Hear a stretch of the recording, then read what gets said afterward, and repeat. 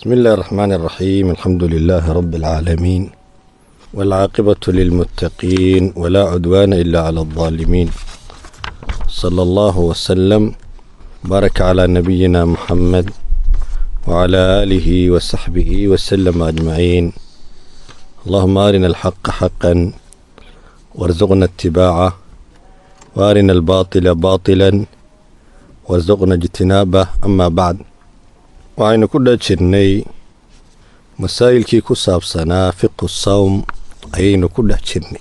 masalada afraad ee caawa aynu iskor taaganaa waxa weeyaan aqsaamu sawm, soomka iyo qaybaha uu u qaybsamo. soonku si guud ahaan wuxuu u qaybsamaa uun laba qaybood: soon waajiba iyo soon sunno oo tatawuca ayuunbuu u qaybsamaa un. kan tatawuca markaa meelaha uu galayo iyo wakhtiyada uu dhacayo ayuunbuu ku kala duwan yahay, laakiin anwaac kale uu leeyahay ma laha. oo matalan sawmu yowm alithnain iyo yowm alkhamiis iyo yowma carafa, waxyaalaha noocaasoo kale ayuunbuu ku kala duwan yahay, iyo soon mutlaqa inuu yahay oo tatawuc mutlaqa inuu yahay ayuu ku kala duwan yahay, laakiin aqsaam kale uu leeyahay ma leh. amaa soonka waajibka isaga wuxuu u qaybsamaa 3 qaybood ayuu u qaybsamaa. 3da qaybood uu qaybsamayaa oo qayb waxa waajibiya zaman iyo waqti soo galay ayaa waajibiya, oo waa soonka bisha ramadaan weeyaan. bisha ramadaan bidukhuulihaa waxaa ku waajibaya soon ayaa ku waajibaya. waxa wata markaa soonkan inuu waajibo maxay tahay? waa bidukhuuli shahri ramadaan ayaa wadata.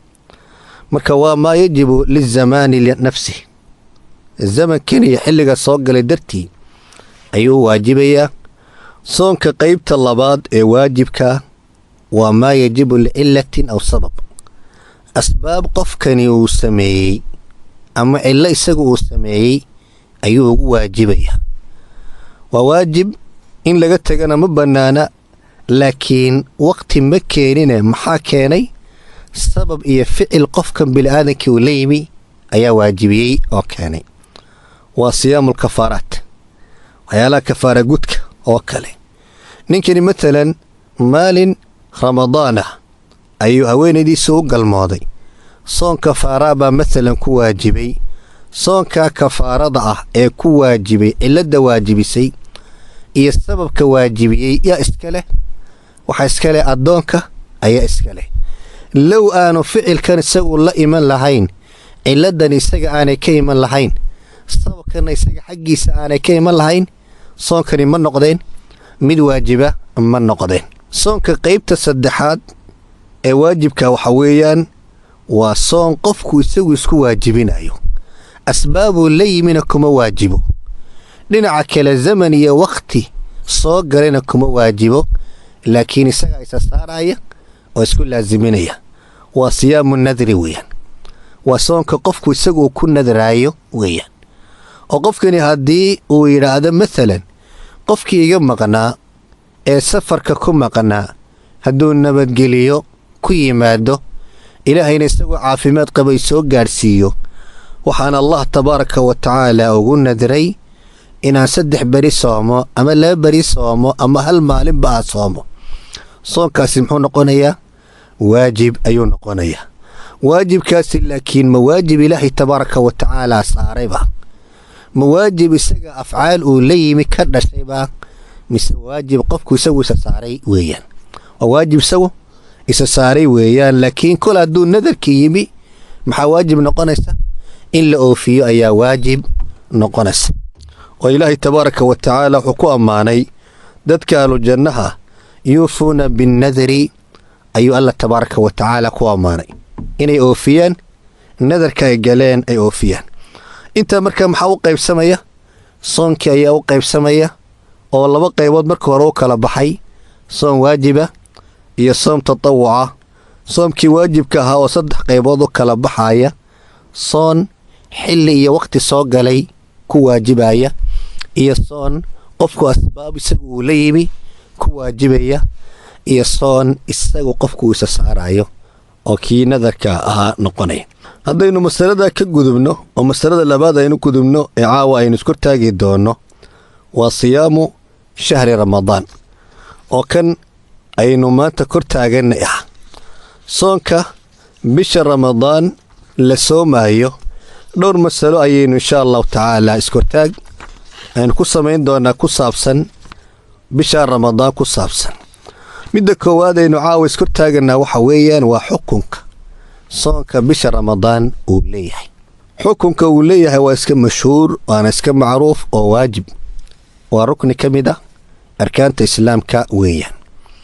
waajibnimadiisuna waxay ku caddahay bilkitaabi wasunna walijmaac ayay ku caddahay. ilaahay baa tabaaraka wa tacaala fii kitaabihi ummadda ku waajibiyey yaa ayuha aladiina aamanuu kutiba calaykum asiyaam kamaa kutiba cala aladiina min qablikum lacallakum tattaquun. waxaa kaloo rasuulku calayhi salaatu wasalaam uu sheegay soonku inuu ka mid yahay min dacaa'im alislaami wa arkaan islaam, inuu ka mid yahay xadiidka ibn cumar fi saxiixayn buniya alislaamu calaa khams. waxaa ka mid a markaa wa sawmu shahri ramadaan ayaa ka mid ah. ninkii caraabiga ahaa ee rasuulka calayhi salaatu wasalaam u yimi ee weydiiyey waajibaadka saaranna oo rasuulku calayhi salaatu wasalaam ku yidhi waajibaadka ku saaran waxaa ka mid ah wa siyaamu shahri ramadaan, bisha ramadaana soontid ayaa ka mid ah. wuxuu rasuulka weydiiyey ninkii caraabiga ah hal calaya hayru, wax kale miyaa laygu leeyahay? markaasuu rasuulku yidhi laa ilaa an tatawaca, soon kaloo waajib kugu ah ma jiro, adigu sunno inaad la timaado mooyaane. ummadda muslimiintiina waxay ku ijmacsan tahay inuu soonku yahay rukni ka mid ah arkaanta islaamka inuu ka mid yahay, waana shay macluum min addiini bidaruura. qofkii inkira soonkuna wuxuu noqonayaa qof gaaloobay ayuu noqonayaa. soonkaasna qof kastoo ku waajibo kaga dhici maayo ilaa cudurdaar ka mid ah cudurdaarada shariicadu ee ictibaarisay mooyaane. biidni illaahi tabaaraka wa tacaala macaadiirta qofku uu kaga dhici karo ama ka dibdhigto ama si kale ha loogu bedelee gadaal baynu insha allahu tabaaraka wa tacaala ka arki doonaa. marka soonka xukunkiisuna waa shay iska macruufa, waa waajib weeyaan, waana rukni ka mid a arkaanta islaamka weeyaan. allah tabaaraka wa tacaala cibaadaadkeenna, soonkeenna iyo salaadeenna iyo qiyaamkeenna allah inoo aqbalo, hayna waafajiyo cibaadaadka dhex yaala iyo nafaxaadka dhex yaala bisha ramadaan. subxaanaka allaahuma wabixamdik ashhadu an laa ilaaha illaa anta astaqfiruka wa atuubu ilayk.